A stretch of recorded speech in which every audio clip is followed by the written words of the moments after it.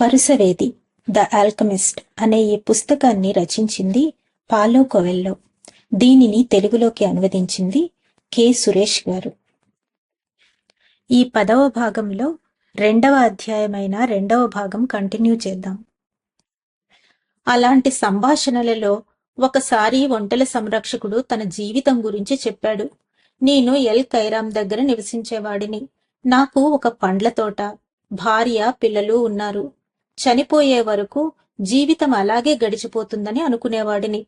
పంటలు బాగా పండిన ఒక సంవత్సరం మేమంతా మక్కా ప్రయాణం చేశాం. ఆ విధంగా జీవితంలో మిగిలిన ఒక కోరిక కూడా తీరిపోయింది. నేను ఇక సంతోషంగా చనిపోవచ్చునని అనుకున్నాను. ఆ భావన నాకెంతో తృప్తినిచ్చింది. ఒకరోజు భూమి కంపించి నైలు నది ఒడ్డుపై నుంచి ప్రవహించసాగింది. ఇటువంటిదేదో ఇతరులకు జరుగుతుంది కాని నాకు కాదు అనుకునేవాడిని. వరదలో తమ యాపిల్ చెట్లన్నింటినీ కోల్పోతామని పక్క రైతులు భయపడ్డారు. పిల్లల్ని కోల్పోతామేమోనని నా భార్య భయపడింది. నాకున్నది మొత్తం సర్వనాశనం అవుతుందని నేననుకున్నాను. భూమి సర్వనాశనమై బతకడానికి నేను వేరొక మార్గాన్ని వెతుక్కోవలసి వచ్చింది. ఇదిగో ఇలా ఒంటరిని నడిపేవాడిని అయ్యాను. అల్లా యొక్క ప్రపంచాన్ని అర్థం చేసుకోవటానికి ఆ ఉపద్రవం నాకు ఉపయోగపడింది. వాళ్ళకి అవసరమైనవి, కావలసినవి సాధించుకోగల సామర్థ్యం ఉన్నప్పుడు మానవులు తమకు తెలియని వాటి గురించి భయపడాల్సిన అవసరం లేదు. మనకి ఉన్నదేదో కోల్పోతామని భయపడుతూ ఉంటాం. అది మన ప్రాణం కావచ్చు, ఆస్తి కావచ్చు, వస్తువులు కావచ్చు. మన జీవిత కథలను, ప్రపంచ చరిత్రను ఒకే చెయ్యి రాసిందని అర్థం చేసుకుంటే ఆ భయం ఆవిరైపోతుంది. ఒక్కొక్కసారి వారికి మరొక బిడారు తారసపడేది. ప్రతిదీ నిజంగానే ఒకే చెయ్యి రాసినట్లు ఒకరికి అవసరమైనవి వేరొకరి దగ్గర ఉండేది. రాత్రిపూట మంట దగ్గర కూర్చొని ఒంటెల సంరక్షకులు ఇసుక తుపాన్ల గురించిన సమాచారాన్ని, ఎడారి కథలను పంచుకునేవారు. మరికొన్నిసార్లు వింతైన ముసుగు మనుషులు కనిపించేవారు. వాళ్ళు ఎడారిలో సంచారి జీవులైన బొడోవిన్లు. వాళ్ళు బిడారు దాడులపైన నిఘా ఉంచి దొంగల గురించి, బర్బరా జాతుల గురించి హెచ్చరించేవారు. వాళ్ళు నిశ్శబ్దంగా వెళ్లిపోయేవారు. నల్లని వారి ముసుగులలో నుంచి వారి కళ్ళు మాత్రమే కనబడేవి. ఒక రాత్రి ఆంగ్లేయుడు యువకుడు మంట దగ్గర కూర్చొని ఉండగా వారి దగ్గరకు ఒంటెల సంరక్షకుడు వచ్చాడు. ఎడారి తెగల మధ్య యుద్ధాలు జరుగుతున్నాయని పుకార్లు వినిపిస్తున్నాయి అని వాళ్లకు చెప్పాడు. ముగ్గురు నిశ్శబ్దంగా ఉండిపోయారు. ఎవరూ ఏమీ మాట్లాడకపోయినా భయం వాళ్ళని ఆవరించిన విషయం యువకుడు గ్రహించాడు. మరోసారి అతడు మాటలు లేని భాష, విశ్వభాషను అనుభూతి చెందసాగాడు. తాము ప్రమాదంలో ఉన్నామా అని ఆంగ్లేయుడు అడిగాడు. ఒకసారి ఎడారిలోకి వచ్చిన తరువాత మళ్లీ వెనక్కి మళ్లడం అంటూ ఉండదు, ఒంటెల సంరక్షకుడు చెప్పాడు. వెనక్కి వెళ్లలేనప్పుడు ముందుకు వెళ్లడానికి మంచిదారి ఏదని మాత్రమే ఆలోచించాలి. భయంతో సహా మిగిలిందంతా అల్లాకి వదిలిపెట్టాలి. అలాగే జరుగుగాక అన్న వింత పదంతో అతడు ముగించాడు. ఒంటెల సంరక్షకుడు వెళ్లిపోయిన తరువాత నువ్వు బిడారు మీద మరంత శ్రద్ధ వహించాలి అని ఆంగ్లేయుడితో యువకుడు అన్నాడు. మనం చాలా పక్కదారులు తీసుకుంటున్నా అంతిమంగా గమ్యం వైపుకే పురోగమిస్తున్నాం. నువ్వు ప్రపంచం గురించి మరంత చదవాలి, ఆంగ్లేయుడు బదులిచ్చాడు. ఆ విధంగా చూస్తే పుస్తకాలు బిడారు వంటివి. మనుషులు, జంతువులతో ఉన్న ఆ పెద్ద బిడారు ప్రయాణ వేగాన్ని పెంచింది. పగళ్లు ఎప్పుడూ నిశ్శబ్దంగా ఉండేవి. కానీ ఇప్పుడు మంట దగ్గర కబుర్లు చెప్పుకోవటానికి బదులు రాత్రులు కూడా నిశ్శబ్దంగా మారాయి. బిడారు వైపు దృష్టి ఆకర్షించకుండా ఉండడానికి రాత్రులు మంట కూడా వేయకూడదన్న నిర్ణయాన్ని ఒకరోజు బిడారు నాయకుడు తీసుకున్నాడు.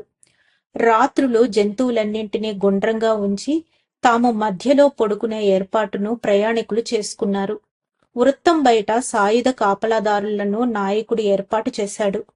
ఒక రాత్రి ఆంగ్లేయుడికి నిద్రపట్టలేదు.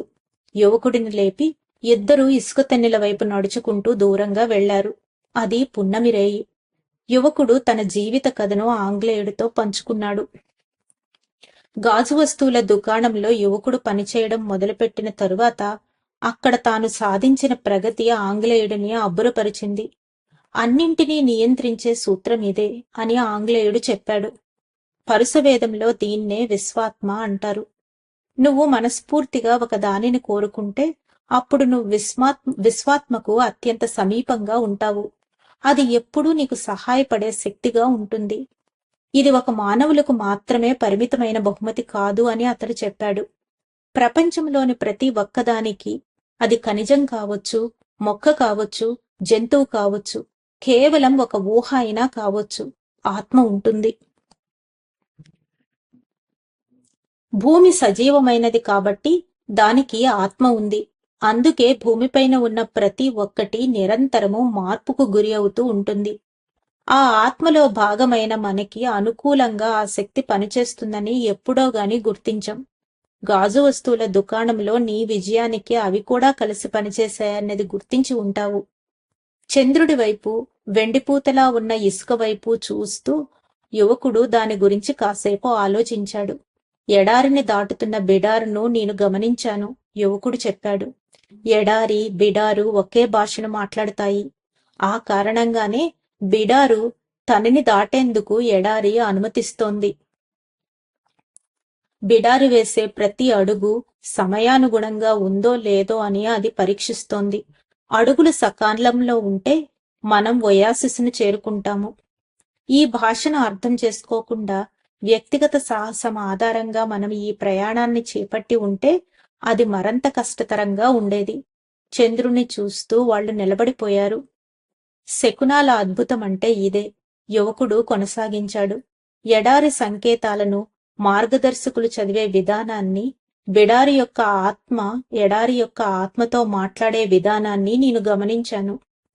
నేను బిడారుపై మరంత శ్రద్ధ పెడతాను అన్నాడు ఆంగ్లేయుడు. నేను పుస్తకాలపై మరంత శ్రద్ధ పెట్టాలి అన్నాడు యువకుడు.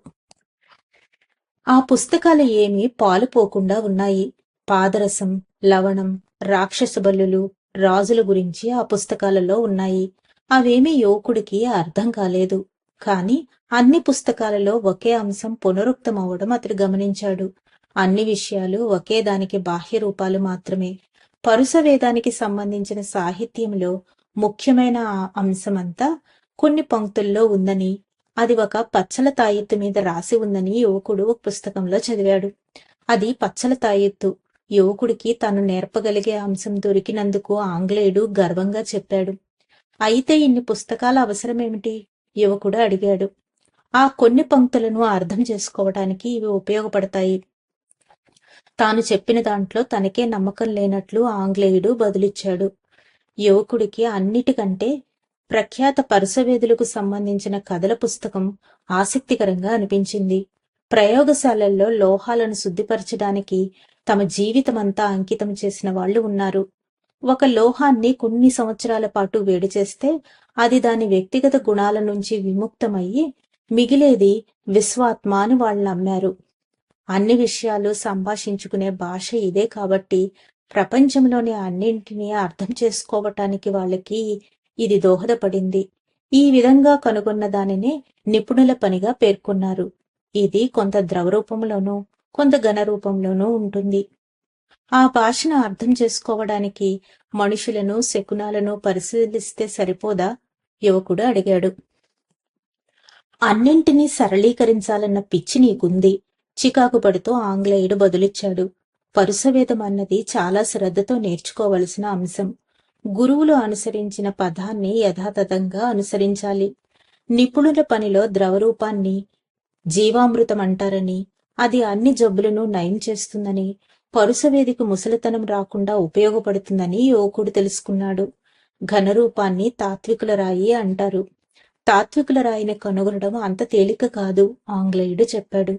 లోహాలను శుద్ధి చేసి మంటలను గమనిస్తూ పరుసవేదులు ప్రయోగశాలల్లో అనేక సంవత్సరాలు గడిపారు.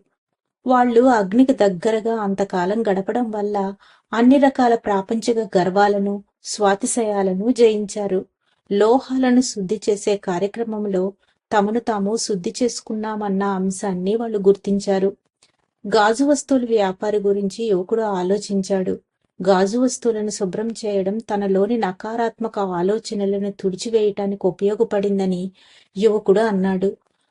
రోజువారీ జీవితం నుంచి కూడా పరుసవేదాన్ని నేర్చుకోవచ్చునన్న నమ్మకం యువకుడిలో పెరగసాగింది. అంతేకాదు, తాత్వికుల రాయికి ఒక అదృష్ట గుణముంది.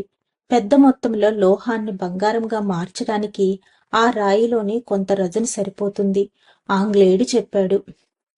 అది విన్న తరువాత పరుసవేదం అంటే యువకుడికి మరంత ఆసక్తి కలిగింది. కొంచెం ఓపిక పడితే ప్రతిదాన్ని బంగారంగా మార్చవచ్చునని అతడు అనుకున్నాడు.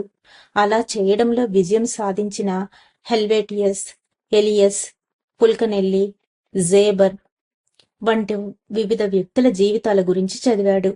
అవి చాలా అద్భుతమైన కథలు. ప్రతి ఒక్కరూ తమ జీవిత గమ్యాన్ని చివరికంటా సాధించారు. వాళ్ళు దేశదిమ్మరులుగా తిరిగారు, జ్ఞానులతో మాట్లాడారు, నమ్మని వారి కోసం అద్భుతాలు చేసి చూపించారు. వాళ్ల దగ్గర తాత్వికుల రాయి, జీవామృతము ఉన్నాయి. నిపుణుల పనిని సాధించాలని యువకుడు అనుకున్నాడు. కాని దానిని ఎలా చేపట్టాలో పాలుపోలేదు. కేవలం బొమ్మలు, నిగూఢ సూచనలు, అర్థం కాని వాక్యాలు ఉన్నాయి. విషయాలను ఇంత సంక్లిష్టంగా ఎందుకు చేశారు? ఒక రాత్రి ఆంగ్లేయుడిని యువకుడు అడిగాడు. పుస్తకాలు తన దగ్గర లేకపోవడం వల్ల ఆంగ్లేయుడు చికాకు పడుతున్న విషయాన్ని యువకుడు గమనించాడు. అర్థం చేసుకున్న దానికి బాధ్యత వహించే వాళ్ళకి మాత్రమే అర్థమయ్యేందుకు అవి అలా ఉన్నాయి, ఆంగ్లేయుడు బదులిచ్చాడు. అందరూ సీసాన్ని బంగారంగా మార్చగలగడాన్ని ఊహించుకో. అప్పుడు బంగారానికి విలువ లేకుండా పోయేది.